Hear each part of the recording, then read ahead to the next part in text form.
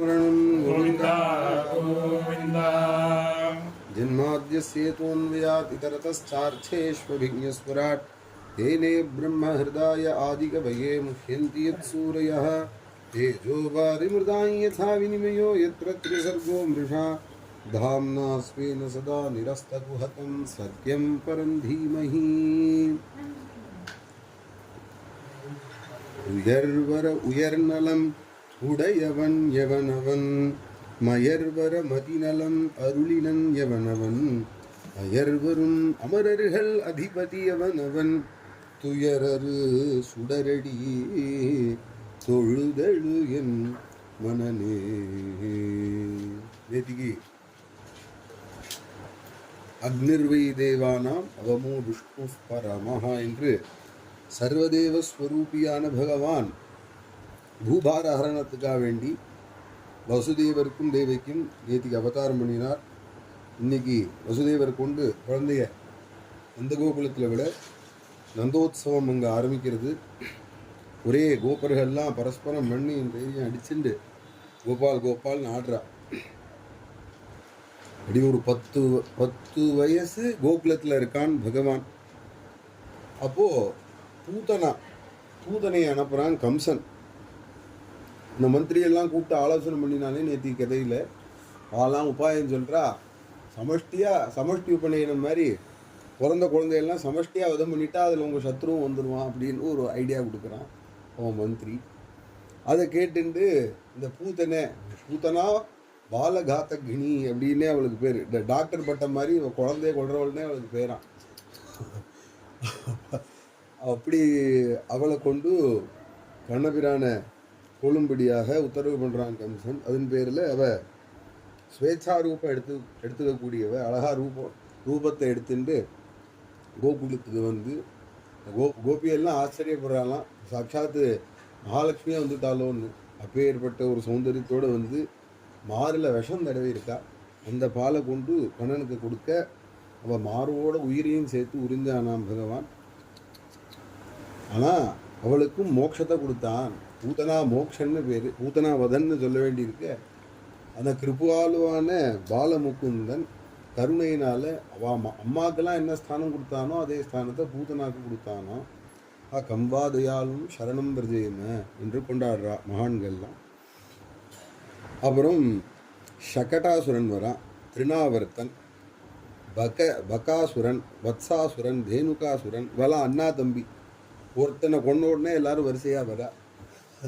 எல்லாரையும் வதம் பண்ணுறான். வதம் பண்ணி அப்புறம் தாவாக்னி மோச்சனம். ஒரு நாள் காட்டுத்தீ பற்றிக்க கோபர்கள்லாம் அங்கே மாட்டின்றதா. உன்னை எல்லாரையும் கண்ணை மூட சொல்லிவிட்டு தாவாக்னி அக்னியை அப்படியே வாயினால் குடிக்கிறான். இந்த மகாபிரபு இந்த தாவாக்னி மோச்சனத்தில் தான் அவர் சிக்ஷாஷ்டகன் பண்ணியிருக்கார். அதில் இதை தாவாக்னி ஒரு மகான்கள் ஒரு அவதாரத்தை மனசில் ஹிருதயத்தில் வச்சுன்னு இருப்பா. இவர் இந்த தாவாக்னி மோச்சனம் இப்படி இந்த மகாதேவன் எப்படி ஆளாள விஷயத்தை வருகினாரோ அது மாதிரி இவர் தாவாக்னி வருகினதை அவர் மனசில் வச்சுருந்து உருகிறார் மகாபிரபு, சைத்தன்ய மகாபிரபு. அப்பேற்பட்டதான லீலையை பண்ணி காளியை நர்த்தனம் பண்ணுறான். அந்த ஒரு ஹிரதம் ஒரு குட்டையில் இந்த காளியன் வாசம் பண்ணுறான், யமுனைக்கு அருகில் இருக்கிற குட்டையில்.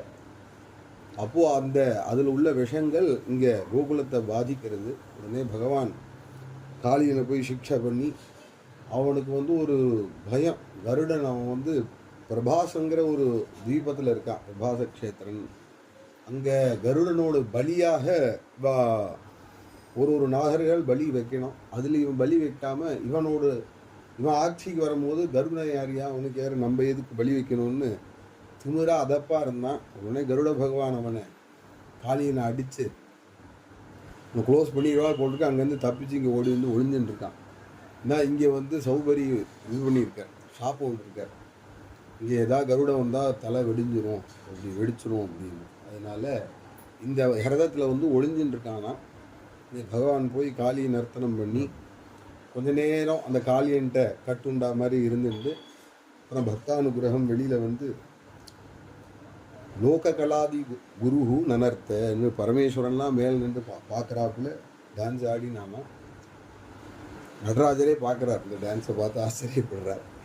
அப்படின்னு ஒரு டான்ஸு பண்ணி அப்புறம் நாகவதி எல்லாம் ஸ்தோத்திரம் பண்ணி நெக்லஸ் எல்லாம் போட்டு டைமண்ட் நெக்லஸ் நாகரத்னங்கள்லாம் அவர் போட்டு சமாதானம் பண்ணி எங்கள் ஆத்துக்காரர் தெரியாமல் பண்ணிட்டார். சுயமே நாங்கள் வந்து இது மாதிரி விஷத்தை உள்ள பிராணிகள் நாங்கள் எல்லாம் உங்கள் சிருஷ்டி தானே, அதனால் அந்த ஒரு விஷம் தலைக்கேறி அவர் இப்படி பண்ணிட்டார். நாங்கள் வந்து அப்பாலஜைஸ் பண்ணியிருக்கோம் அவளுக்கு, அவருக்காக நாங்கள் பண்ணிக்கிறோம் அப்படி ஆத்துக்காரருக்கு வேண்டிய பரிந்துட்டு வந்து சுவாமி உன்னை அனுகிரகம் பண்ணி மம பாதலான் சீதம் திருப்பி உன்னோட இடத்துக்கே போ.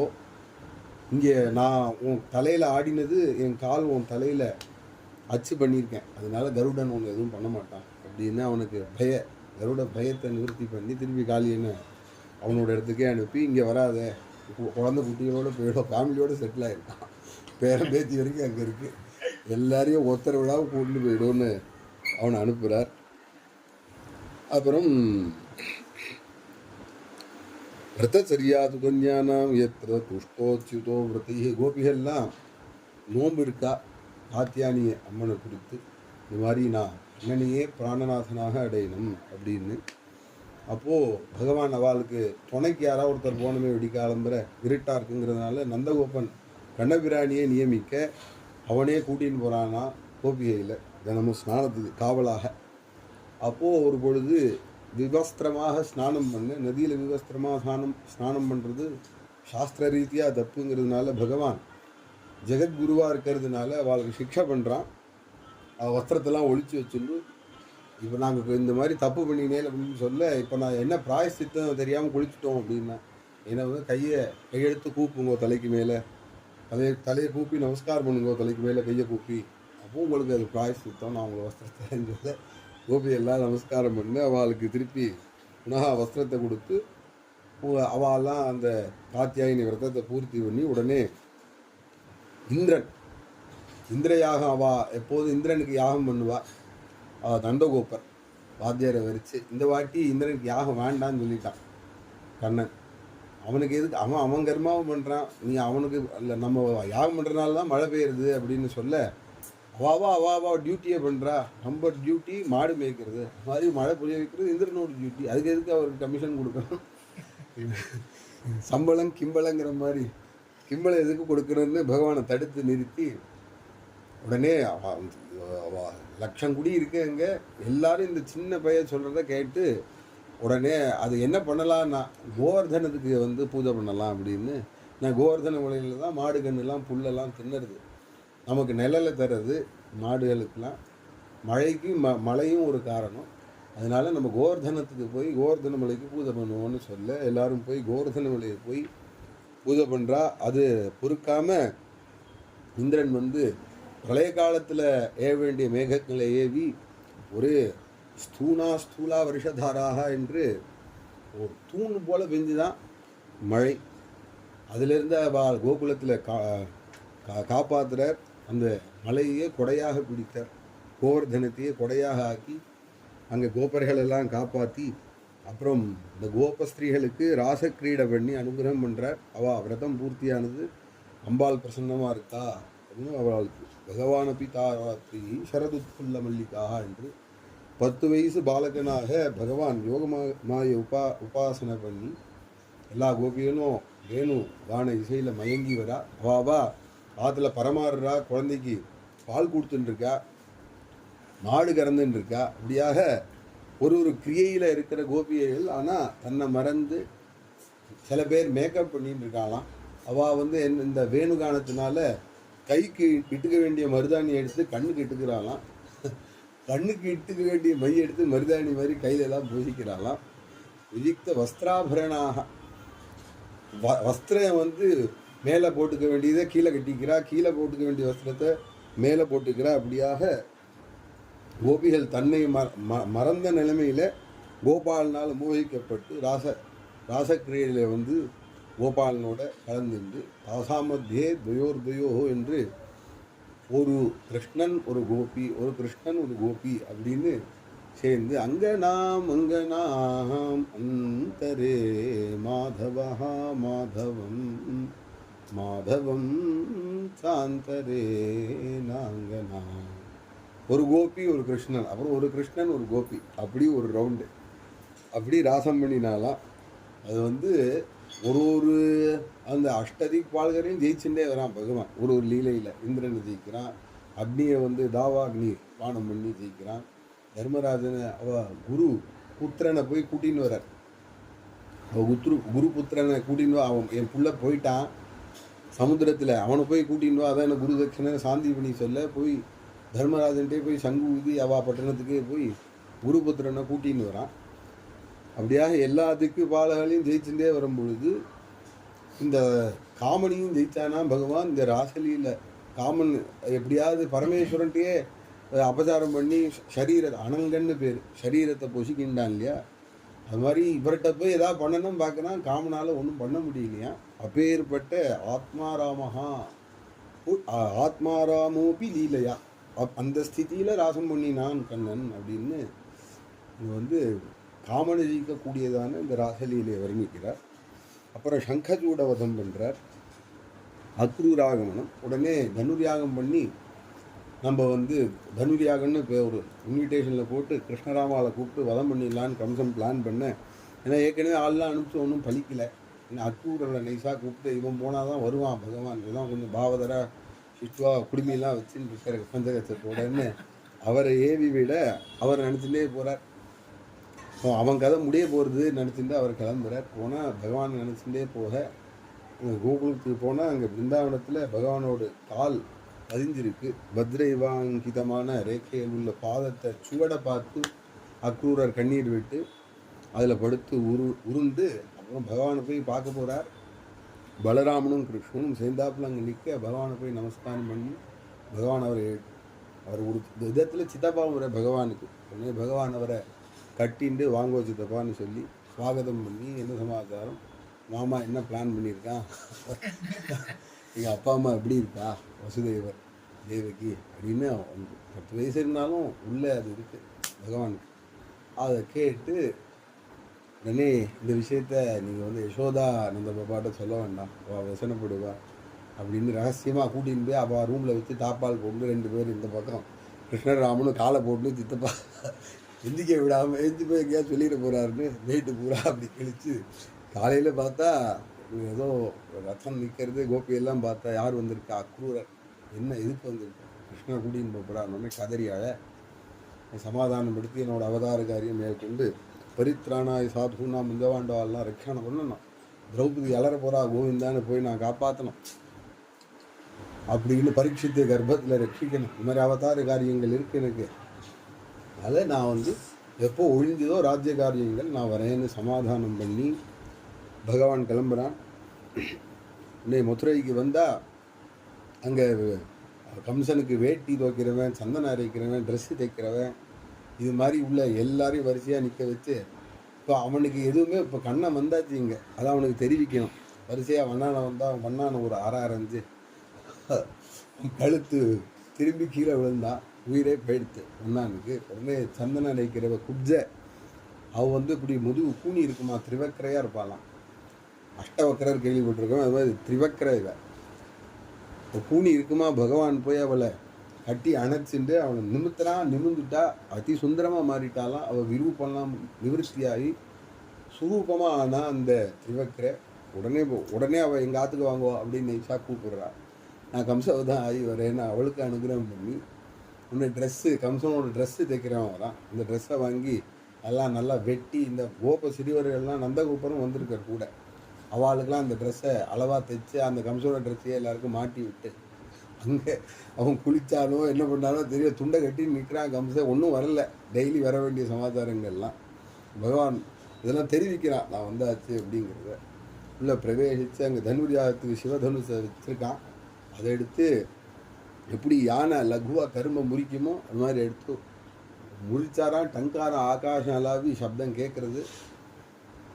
உடனே கம்சனுக்கு பயம் வந்து அங்கே முட்டிகை சாணூராரி மல்ல யுத்தம் இந்த WWF பண்ணுவாள் அவளெல்லாம் கொண்டு நிற்க வச்சுருக்கான் வாசலில். அப்புறம் கூலையா பீடன்னு யானையெல்லாம் நிறுத்தி வச்சுருக்கான். இந்த மேலேருந்து பால்கனிலேருந்து என்ன நடக்கிறது பார்த்துட்டே இருக்கான். பார்த்தா அவள் கூலையா பீடத்தை தும்பிக்கையை பிடிச்சி உருட்டி கீழே அடித்தா ஒரே அடி கூலையா பீடம் யானை, இதெல்லாம் அசுராம்சமான வியக்திகள் இவா எல்லாரும். முஷ்டிக ஜானூர பலராமனும் கண்ணனும் சேர்ந்து அவளை சண்டை போட்டு அவன் மண்டையை உடைச்சு மேல் கொண்டு மேலே கம்சன் பார்த்துட்டே இருக்கான். இவன் எல்லாம் மேலே அடுத்து நம்மள்கிட்ட தான் வரப்போனான்னு தெரிஞ்சிருச்சு. அவனுக்கு கத்தியை உருவினான். வசுதேவனி தேவிக்கையும் கட்டு, நந்தகோபன கோப சிறுவரெல்லாம் கட்டு. இவாளெல்லாம் பகவான் என்ன பண்ணிட்டான், அந்த சர்க்கஸ்லாம் டிக்கெட் வாங்கி உட்கார வைப்பாளே, இந்த மாதிரி இந்த மல்ல யுத்தத்தில் டிக்கெட் வாங்கி நந்தகோபுர குழந்தையெல்லாம் அந்த கூட்டத்தில் உட்கார வச்சுட்டான். நல்லாவா இருக்கிறது தெரியல. வசுதேவரையும் தேவிக்கையும் கட்டு, இப்பயே கொண்டுடுறேன்னு சொல்ல பகவானுக்கு அது காதில் விழ லகிம்னோத்பத்திய அப்படின்னு வந்து லகிமான ஒரு சித்தியை கீழேருந்து குதிச்சானா ஒரே குதியா. இங்கே கம்சனோட தலையில் போய் ஒரு குட்டை போட்டு ஹிருதயத்தில் ஒரு குத்து குத்தி ஆன்னு வாயை பொழந்து கீழே விழுந்தான் கம்சன். கம்சவதமாச்சு. அப்படியே போய் வசுதேவரையும் தேவிக்கையும் பார்த்து நமஸ்காரம் பண்ணி, இன்னைக்கு இனிமேல் ஜென்மாவே வேண்டாம்னு நினச்சிட்டா 10 வருஷம் பட்ட பாடு குழந்தையில எழுந்து கிருஷ்ண ராமாலையும் பார்க்க முடியாமல் அந்த தாபத்தில் பகவான் தான் மோட்சத்தை கேட்டு போரும் ஜென்மான்னு போயிடணும்னு நினைக்கிறா.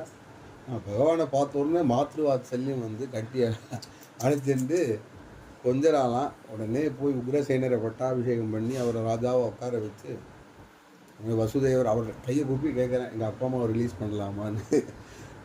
அப்படி ஏயாத்தி சாப்பங்க இருக்கிறதுனால எது வம்சத்தில் உள்ளவாளுக்கு ராஜ்யம் சிம்மாசனம் கிடையாதுனால உக்ரசேனரை உட்கார வச்சு உடனே அப்பா அம்மாவை ரிலீஸ் பண்ணி இப்போ தான் ஸ்கூலுக்கு அங்கே கோகுலத்துலாம் ஸ்கூல் நந்தகோபுரம் சேர்த்தாரான். அங்கே வந்து பாலக்கரை ஜோசியர்னு அவரை பிடிச்சான். கண்ணை பிடிச்சி நான் படிக்கிறதுக்கு நல்லா பார்த்து சொல்லுவோம். ஜோசியர்கிட்ட போய் கேட்க நந்தகோபர் அந்த ஜோசியருக்கு அவள் அப்பா பாக்கெட்லேருந்து பைசா எடுத்து கொடுத்துட்டான். அதுக்கு முந்தின நாள்லேயே கண்ணன் போய் எங்கள் அப்பா வந்து கேட்பார் அப்படின்னு கரெக்ட் பண்ணி வச்சுருக்காங்க. ஜோசியர், ஆஹா உங்கள் புள்ள என்ன நட்சத்திரம்? ரோஹிணி. என்ன ராசி? ரிஷப ராசி. அப்பா அவன் மாடு தான் மேய்க்கணும் அப்படின்னு சொல்ல உடனே மாடு தான் மேய்ச்சானா அந்த எலிமெண்ட்ரி ஸ்கூல்லாம் வளர்த்திட்டான். படிக்கவே இல்லை. உடனே இப்போ படிக்கணும்னு சாந்திபினி குருவை அவள் காஷியில் படித்த வித்வான் அவள் சாந்திபினிகிட்ட போய் கொண்டு விட உஜ்ஜயினில் பாடசாலை வச்சுருக்கார். எல்லா யூனிவர்சிட்டி 64 கலையும் கற்றுக் கொடுக்குறார். எல்லா வேதங்களும் சடங்கத்தோடு படிச்சிருக்கார். எல்லாம் அந்தந்த வேதங்களை ஒரு ராத்திரியில் படித்து பகவான் 64 கலையிலும் ஒரு நாளில் படித்து கடைசியில் குரு தட்சிணியாக குழந்தைய கொண்டு வந்து கொடுத்து ஆசீர்வாதம் வாங்கிட்டு, இங்கே நீ படித்த வித்தை உனக்கு இங்கேயும் அந்த உபயமாகும். வெளியில் போய் உனக்கு எப்போ நீ எந்த வித்தை உனக்கு வேணும்னு நினைக்கிறியோ அப்போ ஒரு சமயத்தில் ஞாபகம் வரும்னு குரோஹோ அனுகிரகே நெய்வ வான் பூர்ண பிரசாந்தையே என்று லோகத்துக்கு இந்த குரு பக்தியை காட்டி பகவான் மேற்கொண்டு ரேவதி அப்படிங்கிற பொண்ணை பலராமனுக்கு கல்யாணம் பண்ணி வைக்கிறார். ரேவதங்கிற ஒரு ராஜா அதுதான் துவாரகை. அந்த துவாரகை ஐலாண்டாக இருக்குது. அப்போது இந்த ரேவதன்கிற ராஜா பொண்ணுக்கு மாப்பிள்ளை வரன் பார்க்கணுன்னு பிரம்மலோக பரியந்தம் போனால் அப்பாயின்மெண்ட் கிடைக்கல. பிரம்மாட்ட ஒரு நாள் வெயிட் பண்ணினான். அப்பாயின்மெண்ட் கிடச்சது காலையில் 9 மணிக்கு வான்னு பார்த்தா என்ன ஏன்பா உன் கோத்திரங்கள்லாம் பூலோகத்தில் போயாச்சு. தேவ வருஷத்தில் நீ ஒரு நாள் இருந்த கீழே உன் கோத்திரங்கள்லாம் இருக்கிற மாதிரியே தெரியல, எல்லாம் போயாச்சு. இப்போ வந்து பலராம சுவாமி பகவத் அம்சமாக அவதாரம் பண்ணியிருக்கார். உன் பொண்ணை போய் அவரை கல்யாணம் பண்ணி கொடுன்னு சொல்ல இந்த ரேவதியை வந்து பலராமருக்கு உத்வாகம் பண்ண மதுரையிலிருந்து பகவான் இந்த ஜராசந்தன் கம்சனோடு மாமனார் அஸ்தி பிராப்திங்கிற மாமியில் ஆத்துக்கன்னு சொல்கிறேன். ஜராசந்தனுக்கு கோவம் வந்துருக்கு. மாப்பிள்ளையை கொண்டு விட்டான்னு அவன் 17 முறை மதுரையில் வந்து யுத்தம் பண்ணணுன்னு ஆட்களை கூட்டின்னு வரான். ஒரு வாட்டியும் ஜெயிச்சு ஓடி போயிட்டான். பகவான் ஜெயிச்சு தோக்கடிச்சு அனுப்பிச்சிட்டார் இந்த ஜராசந்தனை. இப்போ 18வது வாட்டி வரான். இப்போ தான் இங்கே ராஜ்ய ஸ்தாபனம் ஆகிருக்கு. இப்போ போய் இவன் திருப்பி யுத்தம் பண்ணியிருந்தா இப்போ உடனே யுத்தத்துக்கு போனால் இவாளுக்கு தான் நஷ்டம். அவன் உள்ள அயோக்கிய பசங்களெல்லாம் கூட்டின்னு ஒரு வாட்டி ஒரு ராஜ்யத்தை கூட்டின்னு வந்து யுத்தத்துக்கு வரான். இப்போ பகவான் வந்து பிளான் பண்ணினா துர்கமமான ஒரு இடம் வேணும். 2 கால் பிராணியோ 4 கால் பிராணியோ வரக்கூடாது நம்ம ராஜ்யத்துக்கு யுத்தத்துக்கு. அப்போ அதுக்கேற்றாப்புல ஒரு இடம் வேணும்னு நினச்சான். துவாரகையை நிர்மாணம் பண்ணி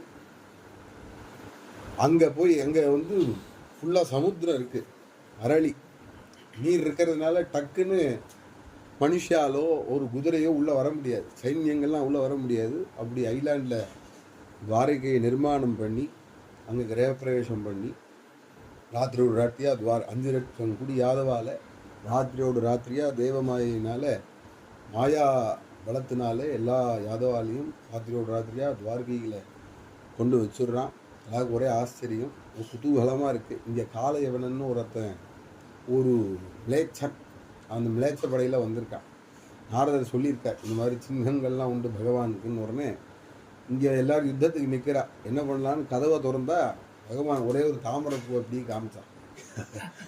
என்னடா அது அப்படின்னு பார்த்தா, உடனே இவன் மல்ல யுத்தத்துக்கு நம்மளை கூப்பிட்றான், ஒன்றா நம்ம போகணும், அதுக்காக வேண்டி அவன் பிளான் பண்ணுறான் போலுக்குன்னு. உடனே அவன் குதிரையிலேருந்து இறங்கி பகவானை அடிக்க வர 10 யோஜனை இங்கே குத்தவனா 10 யோஜனை அந்தண்ட போய் நிற்கிறார். இப்படி அவன் ஒரு குகைக்கு கூட்டுன்னு போய் உள்ளே போய் ஒரு முச்சுக்குந்தன் யோகி இருக்கார், அவர் மேலே போய் அவன் உடுத்தின பீதாமரத்தை போர்த்தி விட்டுறான். விட்டு ஓரமாக போய் ஒளிஞ்சுட்டான். இந்த பைத்தியம் பார்த்துட்டு இது பகவான் தான் போலுக்கு இங்கே என்னை இவ்வளோ தூரம் அலைய வச்சுட்டு இங்கே படுத்துட்டு இருக்கான்னு ஒரு மிதிச்சான். அவர் வரம் வாங்கிட்டு படுத்துட்டு இருக்கார். யார் என்னை எழுப்புறானோ அவன் யாரை நான் எழுப்பி நான் பார்க்குறேனோ அவன் பஸ்மமாக ஆகிடணும் அப்படின்னு தேவால்கிட்ட வரம் வாங்கி படுத்துட்டு இருக்கார். இவரும் தூங்கிட்டே இருந்தால் சரி வராது. பகவான் பார்த்தா இவரும் எந்திக்கணும், அவனும் க்ளோஸ் ஆகணும் பார்த்தா, ரெண்டையும் கனெக்ட் பண்ணி விட்டு போய் அவனை போய் எழுப்ப முச்சுக்குந்தர் யோகீஸ்வரர் பார்த்தா பஸ்மம் ஆகிட்டான். பொசன்னு சரீரம் அங்கேயே பஸ்மமாகி விழுந்தது. இது முச்சுக்குந்தர் பகவானை பார்த்து, யாரு நீ? தேவலோகத்திலேருந்து இந்திரனை போல இருக்கிற இன்னும் அவனோட அட்ரஸ் எல்லாம் கேட்க, பகவான் நான் தான் வசுதேவம் புள்ளேன்னு இப்போது பகவானை அவதாரம் பண்ணியிருக்கேன் பூபாரகத்துக்காக வேண்டி அவனோட விஷயங்கள்லாம் சொல்ல ஒன்று முச்சுக்குந்தர் ஸ்தோத்திரம் பண்ணி பகவான் நமஸ்கரிக்கிறார். உடனே நீ பத்ரிகாசிரமம் போ அப்படின்னு முச்சுக்குந்தருக்கு அனுகிரகம் பண்ணி இங்கே துவாரகா கிரகப்பிரவேசம். பகவான் அங்கே மறைஞ்சு இங்கே தோன்றி துவாரகையில் துவாரகா தீஷனா ஆயாச்சு. உடனே ருக்மிணி நித்தியம் பகவத் சங்கம் பாவத்தாலெலாம் நித்தியம் பாவதம் பிடிக்கிறா, கதையெல்லாம் சொல்கிறா. அதனால ஸ்ருத்வா குணான் புவன சுந்தரா என்று கதையை கேட்டு பகவான் மேலே எப்படிலாம் அனுகிரகம் பண்ணினான்னு கேட்டு அவளுக்கு பகவான் இடத்துல காதல் கொண்டு லெட்டர் போட்டு ஒரு 7 ஸ்லோகத்தினால அவளோட என்ன நிலைமைங்கிறது பகவானுக்கு தெரிவிக்க, காலே நிருசிம்ம நரலோக மனோபிராமம் என்று டயத்துக்கு என்னை நிருசிம்மனை போல என்னை எப்படி சிம்மா அதோட பலியை நரியெல்லாம் விரட்டி எடுத்துன்னு போகுமோ அதுபோல் இந்த சிசுபாலாதிகளை விரட்டி என்னை கௌரி பூஜை பண்ண போவேன் எங்கள் ஆற்று சம்பிரதாயம். அப்போ என்னை நீங்கள் கூட்டின்னு போகணும் அப்படின்னு ராட்சச விதானேனன்னு அவளே லெட்டரில் மென்ஷன் பண்ணுறான். அப்போது ராட்சச விதினால என்னை கல்யாணம் பண்ணிக்கணும்னு ருக்மிணி விராட்டி லெட்டரை போட்டு ஒரு போஸ்ட்மேன் மாதிரி ஒரு பிராமணர் வர அவர்கிட்ட கொடுக்க இங்கே மறைஞ்சு அங்கே தோன்றினாராம் அந்த பிராமணர்.